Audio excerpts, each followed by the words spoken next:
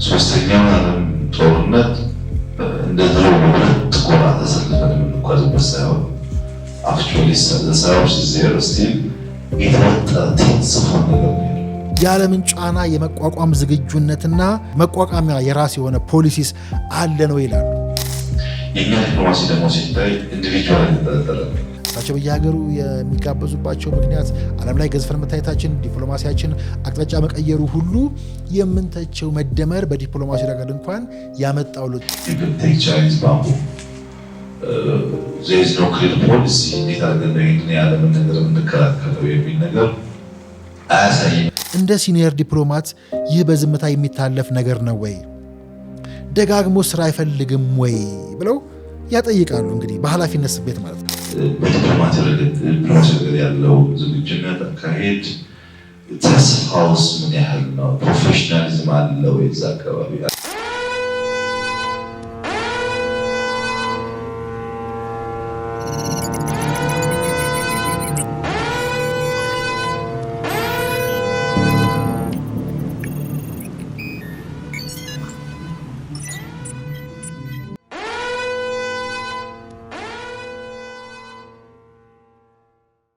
ሰላም ሰላም ሰላም፣ ጤና ይስጥልን። እንደምን አላችሁ የሜዳችን ታዳሚዎች?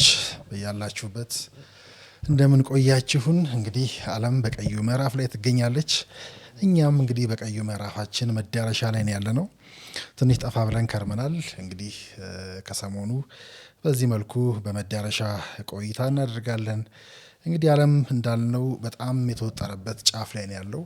የሶስተኛው የዓለም ጦርነት አፋፍ ላይ የሚገኝ ይመስላል።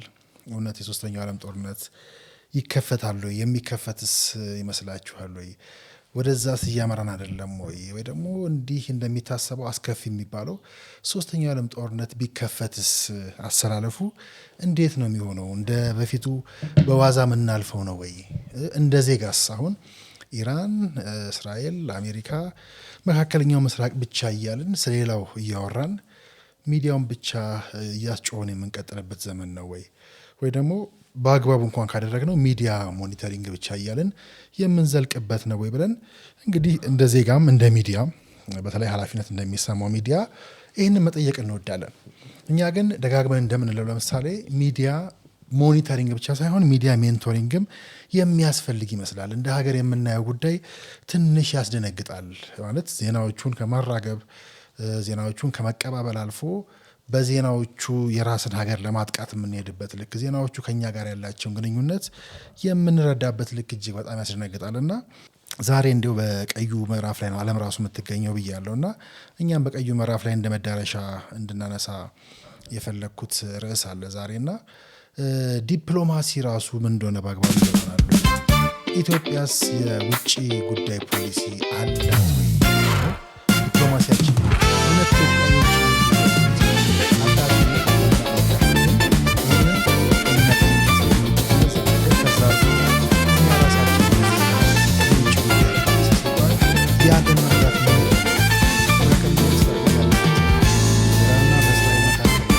ገብታበት ጭምር የተካሄደው ግጭት ከኛ ቀጥተኛ ግንኙነት አለው? ግንኙነቱ ምንድን ነው?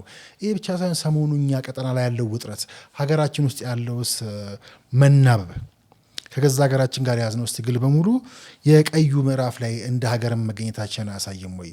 በዚህ በቀዩ ምዕራፍ ውስጥ አሉ የምንላቸው ሀገራት ወይ ደግሞ ዓለም እዛ ፍልሚያ ውስጥ ገባችበት የምንለው ላይ እኛስ ወይ ደግሞ በእኛ ውስጥ ያሉትስ እዛ ውስጥ አይገናኙም ወይ? ምናልባት እንግዲህ ዛሬም ከብዙ ጊዜ በኋላ ስንመለስ እንግዲህ አንድን ግለሰብ ወይ ደግሞ የአንድን ግለሰብ ስልጣን ላይ መውጣት የአንድን ግለሰብ ስልጣን ለመቀናቀን ስንል ብሔራዊ ጥቅሞቻችንን በሙሉ የምንሸረሽርበት መንገድ ደምቆ ነው የጠበቀኝ። እንግዲህ ከስንት ጊዜ በኋላ ስመለስ ማለት ነው። አሁንም የኢትዮጵያ ፖለቲካ ለዲፕሎማሲውም፣ ለውስጣዊ ችግሩም፣ ለሉዓላዊነቱም፣ ለሁሉም ጉዳይ አብይ የሚሉ ከሳሾች ብቻ ያሉበት፣ ከሳሾች ብቻ ሳይሆን ምናልባት በሚከላከሉትም ወገን ካየን በእውቀት ሳይሆን በስሜት ላይ የተንጠለጠለ አንድን ግለሰብ ከመጥላት የተነሳ የሀገር ሉዓላዊነትን እስከ መሸርሸር ዲፕሎማሲን፣ የሀገር ጥቅምና የግል ጥቅምን፣ ብሔራዊ ጥቅምን፣ የብሔር ጥቅምን ሁሉ ጭምር ሸርሽረን የምንሸጥበትና አሁንም አብይ የምንልበት ዘመን ላይ ነው የተገኘ ነው እና መልሼ ስመጣም እዛው ክስ ላይ ነው። እንግዲህ ባለፉት 7 ዓመታት ሙሉ አንድን ሰው መታገል ደግሞ አንድ ሰው ዋነኛ አጀንዳ ሆኖ የወጣበት ነውና እስኪ ምናልባት ይህንን ሰው አሁንም አንድ ዛሬ በጋራ እያየን የምንጓዝበት ቪዲዮ አለ። ምናልባት ይሄ ቪዲዮ ቅድም ስነሳ የጠየኳቸውን ጉዳዮች በሙሉ የሚመልስ ሆኖ ግን በድፍረት የውጭ ጉዳይ ፖሊሲ አለን ወይ ብሎ የሚያጠይቀውን አብይ አህመድን እናመጣና እንግዲህ እሳቸው የተጠሩ ነው። እንግዲህ መካከለኛው ምስራቅ ጉዳይ የሚነሳው፣ የነ ዩኤኢ ጉዳይ የሚነሳው፣ የነ ሱዳን ጉዳይ የሚነሳው፣ የቀይ ባህር ጉዳዮቻችን እንዳለ የብሔራዊ ጥቅሞቻችን የሉዓላዊነት ጉዳዮች በሙሉ ከመሪው ጋር እየተነሱ ከብሔራዊ ጥቅሞቻችን ባሻገር ወይ ደግሞ እነሱን በመሸርሸር ላይ የተጠንበርንበትን ልክ ቢያነጽር ቢያስረዳ እንደው የምንከሰውንም ሰው ቢገልጥ ብለን ዛሬ ያለውንም ዓለም ጭምር የሚገልጥ ማሳያ ቪዲዮ ከጎን አብረን ጭምር እያየን የምናወራበት ነውና በዚህ ቪዲዮ የምናጠይቀው እውነት ኢትዮጵያ የውጭ ጉዳይ ፖሊሲ አላት ወይ ብሎ የሚያጠይቀውን አብይ አህመድን እንመዝና እንደምታዩት ይህ ቪዲዮ እንግዲህ መቼ ነው እንዴት ነው ዝርዝር ጉዳዩን እንሄድበታለን በጋራ እያየ ነውና ምናልባት በዚህ ውስጥ መሪው የሚያነሷቸውን ቃላቶች እንደው በደንብም የቪዲዮ የድምፅ ጥራት ችግር ሊኖርበት ስለሚችል ምን እንደሚል እያነሳሁ ልሂድበትና እያንዳንዱ ነጥብ ከዛሬያችን ጋር እናያይዘው እንችላለን። ከዛ በኋላ በዲፕሎማሲ እውቀት በሉዓላዊነት ጉዳይ ልንከሳቸው የምንሞክራቸው ሰዎችና ተቺዎቻቸው በእኛ መካከል ያለው ልዩነት እያነጸርንበት ብንሄድ ብዬ ዛሬ እንደ ማማወቂያ የመዘዝኩትና ይሄ ጉዳይ ወደ መካከለኛው ምስራቅም ወደሚነሱ ወደ ሉዓላዊነት ወደ ጎረቤቶቻችን ጉዳይ በሙሉ ብንመዛቸው የሚመዘዝ ጉዳይ በጣም ትልቅ ወፍራም ሰነድ ነው ብዬ ማስበው ነውና ምናልባት ይሄ ከ2 ደቂቃ እንኳን የማይበልጥ ብቻ ሳይሆን 2 ደቂቃ የማይሞላ ቪዲዮ ውስጥ የታጨቀውን እውነት ስናየው ልክ ዛሬ ያለንበትን ጉዳይ የምንነሳበት ይመስላል። ለምሳሌ እንዳልኳችሁ የዚህ ቪዲዮ መቼ እንደተናገሩት ይህን ቪዲዮ ስናየው ራሱ ሊገርመን ይችላል። ዛሬ ነው ወይስ እንደምትለው ከ12 ዓመት በፊት ነው ይሄ ቪዲዮ የሚያስብልም ጭምር ነው። እና ምን ይላሉ? ሶስተኛው የዓለም ጦርነት እንደ ድሮ በሁለት ጎራ ተሰልፈን የምንጓዝበት ሳይሆን አክቹዋሊ ሳይፕሲስ ዘር ይላሉ። ያው የሳይኮሎጂካል ዋርፌሩ አሁንም አለ ይላሉ። እንግዲህ አስቡ ከ12 ዓመት በፊት ማለት ነው። የተወጠረ ቴንስፉል ነገር ነው ያለው። የእኛ ዲፕሎማሲ ደግሞ ሲታይ ኢንዲቪጁዋል ላይ የተንጠለጠለ ነው። ብዙም የተጠናከረ ዲፕሎማሲ አለን ማለት አይቻልም። ጥቂት ኤክስፔሪየንስድ ሰዎች እዚህም እዛም ለግጭቱም ለእርቁም የሚሮጡ እንደ ኢንስቲትዩሽን ሲታይ ግን በኔጎሽዬሽን ቲዎሪስ ላይ how to negotiate clearly ሁሉም ዩኒፎርምሊ አንደርስታንድ የሚያደርግበት ከአሿሿም ስርዓቱ ጀምሮ የዓለም ትሬንድን አናላይዝ ለማድረግ ያለን ብቃት የዓለም ጫናን የምንቋቋምበት ፖሊሲ ዝግጁነት ለምሳሌ ቻይኒዝ ባምቡ ብለው የቻይና ምሳሌ ያነሳሉ። there is no clear policy እንዴት አድርገን ነው ይህንን የዓለም ነገር የምንከላከለው የሚለውን ነገር አያሳይም። እና አሁን ያለው ወጣት ወርልድ ዋይድ ያሉትን ቻሌንጆች ሲቹዌሽኖች ፕሮፐርሊ አንደርስታንድ አድርጎ ለነሱ ደግሞ ማምለጫ መንገድ እያዘጋጀ ሀገር እንደ ሀገር የምትቀጥልበት ከዛም ሲያልፍ ደግሞ በሆርን አፍሪካ ደረጃ የሆነ ኢንቴግሬሽን የሚፈጠርበትን ነገር ለማምጣት በዲፕሎማሲ ረገድ ያለው ዝግጁነት አካሄድ ተስፋው ምን ያህል ነው ይላሉ። እንግዲህ እዚህ ጋር ቪዲዮ ላይ እንደምታዩት ተስፋው ሲሉ ፊታቸው ላይ ያለውን እንቅስቃሴ እንግዲህ በደንብ ተመልከቱት። የፊታቸው እንቅስቃሴ በራሱ ብዙ የሚናገረው ነገር አለ። አሁን እንዳየነው ተስፋው ሲሉ የፊታቸውን እንቅስቃሴ ብቻው ብዙ ሊተነተን የሚችል ነው። እንቀጥለው እንግዲህ ፕሮፌሽናሊዝም አለ ወይ እዚህ አካባቢ ብለው ይጠይቃሉ። የውጭ ጉዳይ ፖሊሲያችን ላይ ውጭ ጉዳይ አካባቢ ማለታቸው ነው። ከአንዳንዱ ሰው ጋር ስንገናኝ 5 ደቂቃ ለመነጋገር ትንሽ የሚያስቸግርበት ሁኔታ ስላለ ይላሉ። እንደ ሲኒየር ዲፕሎማት ምንድን ነው የምታየው? ይህ ነገር በዝምታ የሚታለፍ ወይስ ደግሞ ስራ የሚፈልግ አይመስልህም ወይ ብሎ እንግዲህ ለአምባሳደር ዲና ሙፍቲ ይህን ጥያቄ ሲሰነዝርላቸው ነው የምንሰማው አብይ አህመድ። ሶስተኛው ዓለም ጦርነት እንደ ድሮ ጥቁር ተሰልፈን የምንጓዝበት ሳይሆን አክቹዋሊ ሰራዎች ዜር ስቲል የተወጠረ ቴንስፉል ነገር ነው ያለው። የእኛ ዲፕሎማሲ ደግሞ ሲታይ ኢንዲቪጁዋል የተጠለጠለ ብዙም የተጠናከረ ዲፕሎማሲ አለን ማለት አይቻልም። ጥቂት ኤክስፐርት ሰዎች እዚህም እዛም ለግጭቱም ለእርቁም የሚሮጡ እንደ ኢንስቲትዩሽን ሲታይ ግን በኔጎሽዬሽን ፖሊሲስ ላይ ሀው ቱ ኔጎሽዬት ክሊርሊ ሁሉም ዩኒፎርም አንደርስታንድ የማያደርጉበት ከአሻሻል ስርዓቱ ጀምሮ የዓለምን ትሬንድ አናላይዝ ለማድረግ ያለን ብቃት የዓለምን ጫና የምንከላከልበት ፖሊሲ ዝግጁነት ለምሳሌ you can take Chinese bamboo there is no clear policy እንዴት አድርገን ነው ይህንን የዓለምን ነገር የምንከላከለው የሚል ነገር አያሳይም እና አሁን ያለው ወጣት ወርልድ ዋይድ ያሉትን ቻሌንጆች ሲቹዌሽኖች ፕሮፐርሊ አንደርስታንድ አድርጎ ለእነሱ ደግሞ ማምለጫ መንገድ እያዘጋጀ ሀገር እንደ ሀገር የምትቀጥልበት ከዛም ሲያልፍ ደግሞ እንደተባለውም በሆነ አፍሪካ ደረጃ የሆነ ኢንቴግሬሽን የሚፈጠርበትን ነገር ለማምጣት በዲፕሎማሲ ረገድ ያለው ዝግጁነት አካሄድ ተስፋውስ ምን ያህል ነው? ፕሮፌሽናሊዝም አለው የዛ አካባቢ? አንዳንዱ ሰው ጋር ስንገናኝ 5 ደቂቃ ለመነጋገር ትንሽ የሚያስቸግርበት ሁኔታ ስላለ እንደ ሲኒየር ዲፕሎማት ምንድን ነው የምታየው? ይሄ ነገር በዝምታ የሚታለፍ ነው ወይስ ደጋግሞ ስራ የሚፈልግ ነገር አይመስልም ወይ የሚሉ ሀሳቦች አለኝ። እነዚህ ጋር ተወራራት። እንግዲህ ይህ ከዛሬ 12 ዓመት በፊት ከውጭ ጉዳይ መስሪያ ቤት ብዙም በማይርቀው የኢሊሊ ሆቴል ቁጭ ብሎ ሲጠይቅ የምታዩት ሚኒስትሩ አይደለም፣ መሪው አይደለም፣ ዳይሬክተሩ አብይ አህመድ ነው። እንግዲህ ለአምባሳደር ዲና ሙፍቲ እንዳሳየዋችሁ የሚሰነዘረው ምናልባት ደግሞ ሲሰነዘር የምንሰማው ትንቢት፣ ድፍረት፣ ቁጭት፣ ራዕይና ህልም ሁሉ ልብ ብለን እዚህ ውስጥ ማየት እንችላለን። እንግዲህ ታዲያ እንደምለው ሁሌ አሁንም ልናሰምርበት የሚገባው ይሄ ስልጠና የሚሰጠው ወይ ደግሞ አምባሳደር ዲና ሙፍቲ ተጠርተው ልምዳቸውን እንዲያጋሩ ስልጠናውን እንዲሰጡ የተጋበዙት ለውጭ ጉዳይ ሚኒስቴር መስሪያ ቤቶች አይደለም፣ ወይ ደግሞ ከውጭ ጉዳይ ሚኒስቴር መስሪያ ቤት ጋር ቀጥታ ግንኙነት ያለው መስሪያ ቤትም አይደለም። በወቅቱን የተቀጠረ የሰራበት የነበረው የሳይንስና ቴክኖሎጂ መረጃ ማዕከል ዋና ዳይሬክተር በነበሩበት ጊዜ ለስልጠና ጋብዘዋቸው ለልምድ ልውውጥ ስለ ቀጠናው ስለ ዓለም ግንዛቤ ይስጧቸው ብለው ጠርተዋቸው በጋበዟቸው መድረክ ላይ ነው። እሱ ብቻ አይደለም እንግዲህ በሚቀጥለው እንዳልኳችሁ መዳረሻው ላይ ያለነው እያሟሟቅን በዚህ ውስጥ ካነሷቸው 6-7 ጥያቄዎች ውስጥ ዛሬ ዓለም ላይ የሚከሰሱበትን ዓለም ላይ የሆነ ያለውን የተነበያቸውን ጉዳዮች የትኛውን ነው የማይነኩት እስክንል ድረስ እያንዳንዱ ጉዳይ እናያለን። ከዛ አልፎ ግን እንዲህ ያለው ልምድ ወደ ኋላ ሄደን እሳቸውን ሲያሰለጥኑ እናያለን ወደፊት። ለዛ ነው እኛ ቀዩ ምዕራፍን ስንጀምር አሁን ሚዲያ ሜንቶሪንግ ያስፈልጋል እዚህ ሀገር ስለ ቀጠናው ስለ ዓለም አሰላለፍ የወርልድ ትሬንድን ምን ተነትንበት መንገድ ወይ ደግሞ ያን የመርዳት ልካችን ምን ያህል ነው? ሚዲያንስ በአግባቡ የተጠቀምንበት ነው ወይ? ሚዲያው በተቃራኒ ውስጥ እያስጠቃን አይደለም ወይ? ዜናውን ብቻ እያተለተልና በዛ የተከፋፈለ በዛ ብሔራዊ ጥቅማችን እየጎዳን አይደለም ወይ የሚለውን ስናነጽር ከዛ ደግሞ ከ12 ዓመት በፊት ነው የቀነጨብኩላችሁ። ከዛ በፊትም ብንሄድ የምናገኘው ማሳያ ለጠቅላይ ሚኒስትሩና እሳቸው ቢሮ ለተቀጠረ የትኛውም ሰራተኛ እንዲህ ያለ ስልጠና መሰረታዊና ግዴታ የሚባል ነው። እንግዲህ እጃችን ላይ እንዲህ ያሉ ታሪካዊ ማሳያዎችን ይዘው ቁጭ ማለት ራሱ የታሪክ ተጠያቂነት ኃላፊነትም ጭምር አለብን ብዬ ስለማስብ ነው።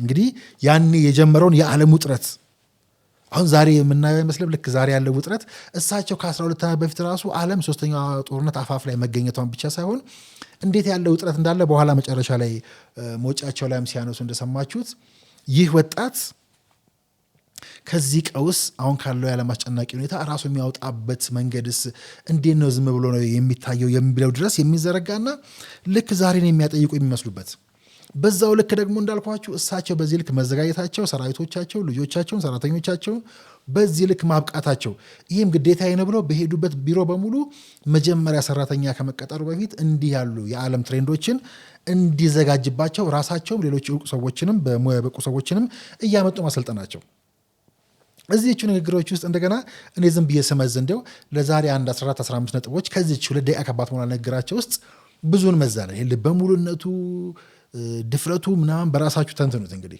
የውጭ ጉዳይ ፖሊሲ አለን ወይ ብለው ከዛሬ 12 ዓመት በፊት ሲያጠይቁ ያ ጊዜ ማለት ምን ማለት ነው? አብይ አህመድ ያኔ ማን ናቸው? እንግዲህ ከኢንሳ ተከፍተው ከሄዱ በኋላ ድጋሚ አሁን ያልኳችሁን ተቋም ትንሽ የተቋም እንካምራ ብለው የሰጡት ሰውዬ ማለት ነው። እና እሱ ውስጥ እንዳለው ነው ግን ልክ ዛሬ የምናይ የሚመስለው ወደፊት እንገልጠዋለን ያልኳችሁ ከሉዓላዊነት ከብሔራዊ ጥቅማችን ጋር መጋጨት ጀምራን እንዳልኩት ዘ ሳይፕሲስ ዘር ይላሉ። እንግዲህ አሁን የምናየውን የስነ ልቦና የሳይኮሎጂካል ጦርነትን ያኔ እንግዲህ መጀመሩንም ጭምር ከ12 ዓመት በፊትም ጭምር ኢትዮጵያ ውስጥ አዲስ ነገር አይደለም ማለት ነው። አያችሁ ራሳችን የምንዋጋበት ወይ ደግሞ ዓለም ላይ አሁን በመረጃው ለምሳሌ ኢራቅ፣ ኢራን፣ እስራኤል፣ አሜሪካ እያል መቧደናችንን ወይ ደግሞ ሚዲያ ላይ የሚያደርጉት ፍልሚያ ከሚሳኤሉም የከፋውን ፍልሚያ ያኔም ዓለም ላይ እንደነበረ ጭምር የምንረዳበት ወደ እኛም ካመጣ ነው ግን የአሁን የሳይኮሎጂካል ዋርፌሩ ሳይፕሲሱ ያኔም እንኳን መኖሩን ጭምር ያነሱትን እንግዲህ ከዚህ ውስጥ መዘን እናወጣለን። ሌላኛው ሶስተኛው ዓለም ጦርነት እንደ ድሮ ጥቁር ተሰልፈን የምንጓዝበት ሳይሆን አክቹዋሊ ሰራዊት ዜር ስቲል የተወጠረ ቴንስፎ ነገር ነው። ሶስተኛ እንግዲህ ከዚህ ልንመዝ የምንችለው በግለሰቦችና በጥቂቶች ላይ እንግዲህ ሁሉን ነገሩን ያንጠለጠለውን የዛን ጊዜውን የውጭ ጉዳይ ፖሊሲያችንን የውጭ ጉዳይ ሚኒስቴር የሚባለውን ተቋም ጭምር የምናይበት እንደ ተቋም የሌለ ማለት ነው። ተቋም ሆኖ ያልቆመ ብለው የሚያነሱትንም እንደ ሌላ ነጥብ ልንመዘው እንችላለን። ከዚህ ውስጥ በግልጽ ግን መዋየት የማይችል ኔጎሽዬሽን ሃው ቱ ኔጎሽዬት የሚለው ላይ ራሱ ውስንነት ያለበት የአቅም ውስንነት ያለበት ይሉታል። እንግዲህ መደራደር የማይችል አይደለም ወይ ብለው እያጠየቁ በኋላ ማሳያዎቻቸውን እያቀረቡ ይሄዳሉ። የኛ ዲፕሎማሲ ደግሞ ሲታይ ኢንዲቪጁዋል የተጠለጠለ ብዙም የተጠናከረ ዲፕሎማሲ አለን ማለት አይቻልም። ጥቂት ኤክስፐርት ሰዎች እዚህም እዛም ለግጭቱም ለእርቁም የሚሮጡ እንደ ኢንስቲትዩሽን ሲታይ ግን በኔጎሽዬሽን ፖሊሲስ ላይ ሀው ቱ ኔጎሽዬት ክሊርሊ ሁሉም ዩኒፎርም አንደርስታንድ የማያደርጉበት ከአሻሻል ስርዓቱ ጀምሮ የዓለምን ትሬንድ አናላይዝ ለማድረግ ያለን ብቃት የዓለምን ጫና የምንከላከልበት ፖሊሲ ዝግጁነት ለምሳሌ you can take Chinese bamboo.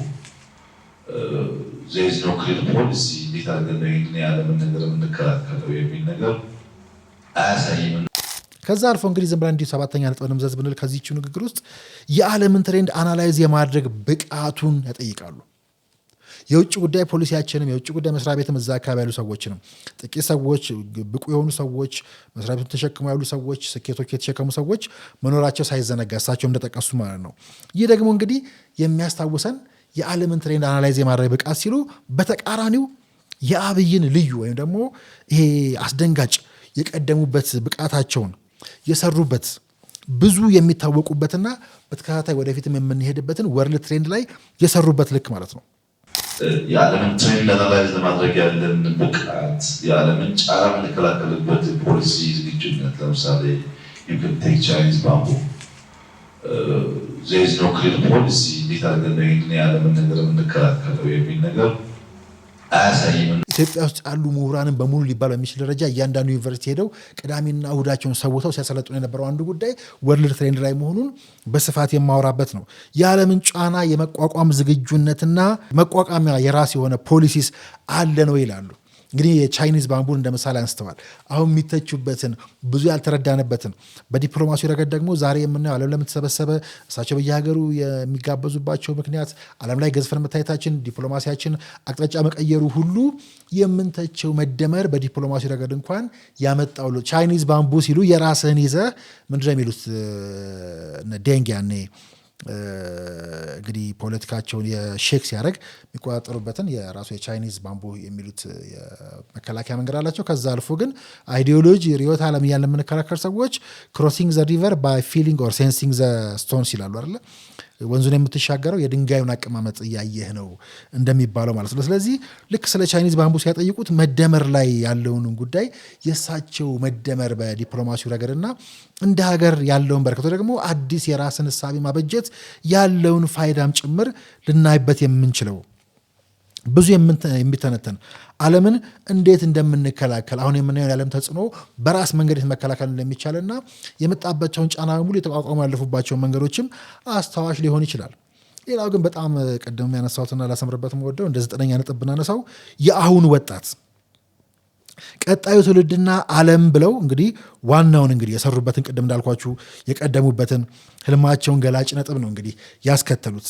አዎ አሁን ያለ ወጣት በዓለም ደረጃ ያለውን ሁኔታ ተረድቶ ማምለጫ መንገድ እንዲያዘጋጅ ሀገርም ደግሞ እንደ ሀገር የምትቀጥልበት ብለው ነው የሚያጠይቁት። እንደምንሰማው አሁን ያለው ወጣት ወርልድ ዋይድ ያሉትን ቻሌንጆች፣ ሲቹዌሽኖች ፕሮፐርሊ አንደርስታንድ አድርጎ ለእነሱ ደግሞ ማምለጫ መንገድ እያዘጋጀ ሀገር እንደ ሀገር የምትቀጥልበት።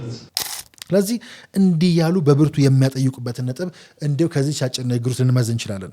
ሌላኛው እንግዲህ ከሀገርም የሚሻገሩት ያኔ ለመሆኑ እዚሁ ጋር አስከትለው የሚያነሱት ነጥብ በአስረኝነት ብናነሳ የአፍሪካ ቀንድ ወይ ደግሞ በአፍሪካ ቀንድ ደረጃ ኢንቴግሬሽኑ የሚፈጠርበት ቢያንስ ብለው እንግዲህ እሱን በግዴታነት የሚያነሱበትን ነጥብ ጭምር እናገኛለን።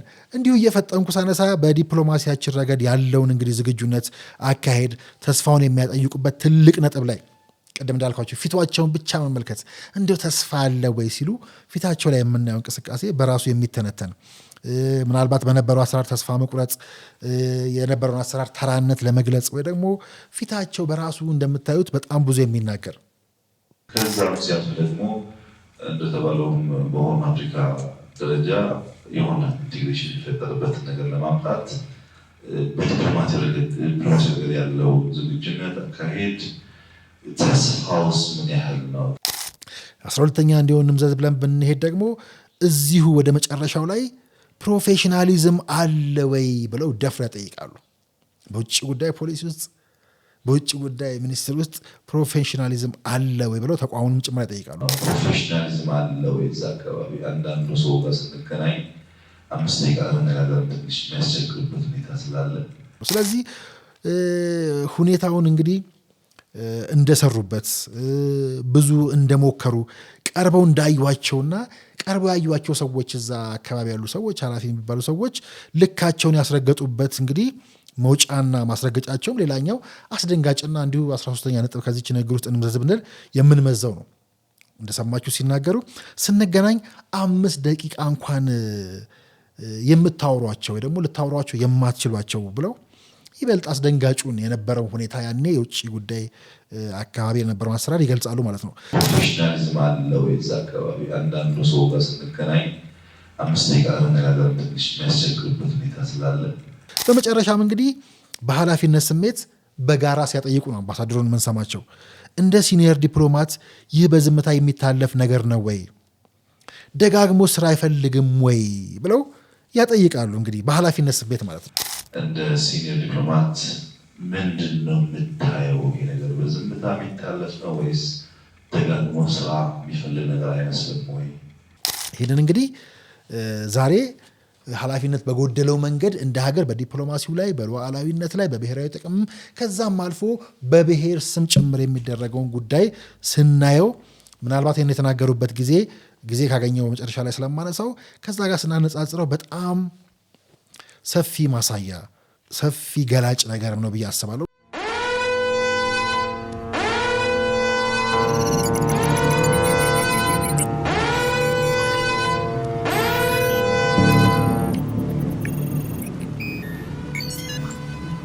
ስለዚህ እንደው መዳረሻ ስለሆነ በአጭሩ እያሰላሰሉ ለራሳችንም እየመለስን ያ ከ12 ዓመት በፊት የነበረው አብይ አህመድ ማን ነው? እንዴት በዛ ጊዜ እንደፍሮ ጠየቀ? በእሱና በእኛ መካከል ያለውን ጉዳይ እያለን አሁንም እንደ ቤት ስራ ቀዩ ምዕራፍ የሚገለጠው በማጠየቅ በመመርመር ሀገር ማለት ምን ማለት ነው? ዜጋ ለሀገር ሉዓላዊነት ወይ ደግሞ አሁን እንዳልኳችሁ ከዲፕሎማሲያዊ ጥቅሞች ጋር ከውጭ ጉዳይ ጉዳዮቻችን ጋር ግንዛቤያችን ምን ያህል ነው? እኛ ያለን ሚና እንደ ግለሰብ ምንድን ነው የሚለውን ሁሉ ስንጠይቅ ነው ወደዛ የንቃት ደረጃ ምንደርሰው ብዬ አስባለሁ። ዛሬ ስለ ኢራንና ኢራቅ፣ ስለ ኢራንና እስራኤል አሜሪካ ጦርነት በማንሳት ማዳመቅ፣ ዜና መሸጥ ይቻላል። ግን እሱን በንቃትና በእውቀት መመርመር ማሰላሰል ወደ ማሸነፊያው ነጥብ ያደርሰናል፣ የሀገር ባለቤት ያደርገናል ብዬ አምናለሁ። ስለዚህ አሁን የጋበዝኳችሁ ቪዲዮ ጊዜው ከ12 ዓመት በፊት ነው። ከስርዓቱ እንግዲህ በተገፉበት ወቅት ደግሞ ከስርዓቱ ከኢንሳ ያሉ ከመሰረቱ በኋላ ኢንሳ ምንድነው የሚለውም ከሉዓላዊነት ጋር ተያይዞ ወደፊት መልሰዋለሁ። ከስርዓቱ የተገፉበት ወቅት እንግዲህ ተመልሰው እንዲሁ ዝም ብለው እንደ ሻይ ቤት በንቀት የሰጧቸውን ተቋም እያደራጁ የነበረበት ወቅት እያፈረጠሙ ያለበት ወቅት ላይ ነው። በዛ እድሜው እንግዲህ በዚህ ልክ መቅደሙን አስቡት። በአብይ እድሜ አይደለም ዛሬ እሳቸው መሪ ከሆኑ ከ12 ዓመት በኋላ በእሳቸው ላይ በዲፕሎማሲ በውጭ ጉዳይ ፖሊሲ ላይ የሚሰነዝሩ ምሁርነን፣ ስትራቴጂስትነን፣ ፖለቲከኛነን፣ ተንታይነን፣ ሳይንቲስትነን፣ ምሁርነን የሚሉ ሰዎች ከእሳቸው 12 ዓመት በፊት እንኳን ከነበረው ምን ያህል እንደቀደሙ አስቡ። ያኔ ከዛሬ 12 ዓመት በፊት እናንተ የነበራችሁ እኔና እናንተ የት ነበርን ብለን ብናጠይቅም የምናገኘው ምላሽ አስደንጋጭ። እንግዲህ እኛ በዛ ጊዜ በእሳቸው እድሜ ፖለቲከኞች፣ ተቺዎች የት ነበርን? ምን እየሰራን ነበር? እሱ ብቻ አይደለም፣ የተቋም ኃላፊዎች፣ አሁንም ተቋም የምትመሩ ሰዎች እሳቸው እንዳልኳችሁ የአንድ ተቋም ዋና ዳይሬክተር እያሉ ነው ይህን የሚጠይቁት። እንዲህ ያለውን ስራ በተከታታይ እንደምናየው ስራዬ ይሁነኝ ብለው የሚሰሩት የኢትዮጵያ ምሁራንን በሙሉ ያበቁት የሰሩባቸው ቢሮ በሙሉ የስልጣናቸው ዋነኛ ጉዳይ የሆነው ይህን ሳይሰለጥን ማንም ሰው ወደ ስራ እንዳይገባ የሚያደርጉበት አሰራራቸው ማለት ነው። ስለዚህ ተቺዎቻቸው ብቻ ሳይሆን በሳቸው ደረጃ ያላቸው የስራ ኃላፊዎችስ የነበራችሁ አሁን በዛ ደረጃ ያላችሁ ሰዎች የምትሰሩት ምንድነው ብሎ ብናጠይቅም ወደሚያስደነግጠው ምላሽ ወይ ደግሞ ወደሚያነቃን ማሰላሰልም ሊወስደን ይችላል ብዬ አስባለሁ። እና ምን ስትሰሩ ነበረ? ምን ስታስቡ ነበረ? ዛሬ እንኳን እንግዲህ ምናልባት ከ12 ዓመት በኋላ በሌላ ማሳያም ካሳያችሁ በ17 በ18 ዓመት በፊትም እንዲሁ ከዚህ ቀደሙና የተሻሉ ማሳያዎችን እያቀረብኩኝ ከ17 ዓመት በፊት ወይ ደግሞ ከ12 ዓመት በፊት የሚተነትነው ትንሹ ወጣቱ አብይ ላይ የሚደርስ ትንታኔ ዛሬ እስከ 12 ዓመት በኋላ እያገኘን ነው ወይ? አደባባዩ ላይ እያየን ነው ወይ?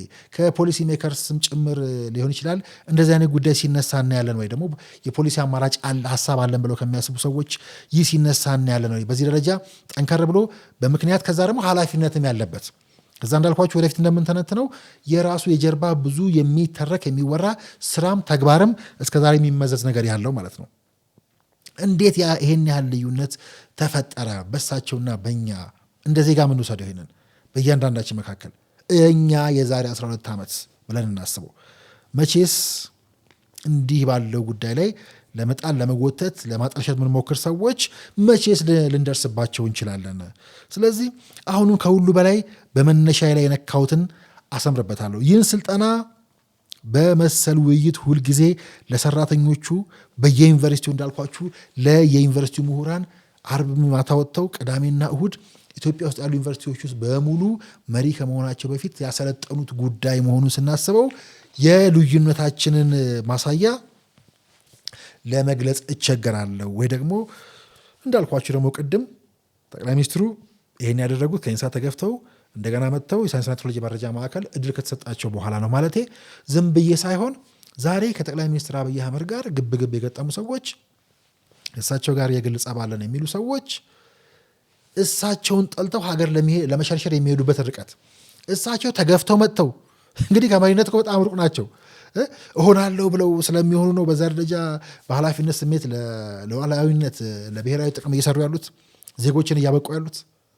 አያችሁ እሳቸው ከኩርፊያም የገፋቸውን ስርዓት ረስተው ያን ስርዓት ገምግመው ግን ደግሞ እንዳልኳችሁ ሁላችንም በተቀጠርንበት ሂደት ውስጥ እንዲህ ያለ የውጭ ጉዳይ ፖሊሲ ዲፕሎማሲያችን ላይ ቀጠናው ላይ ዓለምን የወርልድ ትሬንድን በደንብ ተንትን እንድናውቅ የሚያደርጉት ሰው እሳቸው ወደ መሪነት ሲመጡ ደግሞ ብዙ ታላላቆቻቸውና ብዙ ምሁርነን የሚሉ ሰዎች ከእሳቸው ጋር ከዙፋኑ ጋር በገቡት እልህ የተነሳ ዘላለማዊ የሚባለውን ብሔራዊ ጥቅም ሉዓላዊነትን ለመሸርሸር የሚሄዱበት ልክ ማለት ነው።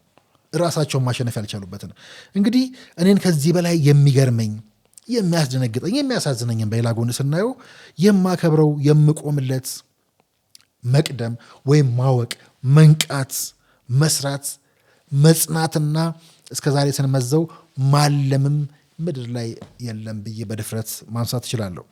ይህ በጣም ቁንጽል ነው። እንግዲህ አሁን ያጋሯችሁ በጣም ቁንጽል ነው። በጣም ተራና ትንሹ ነው።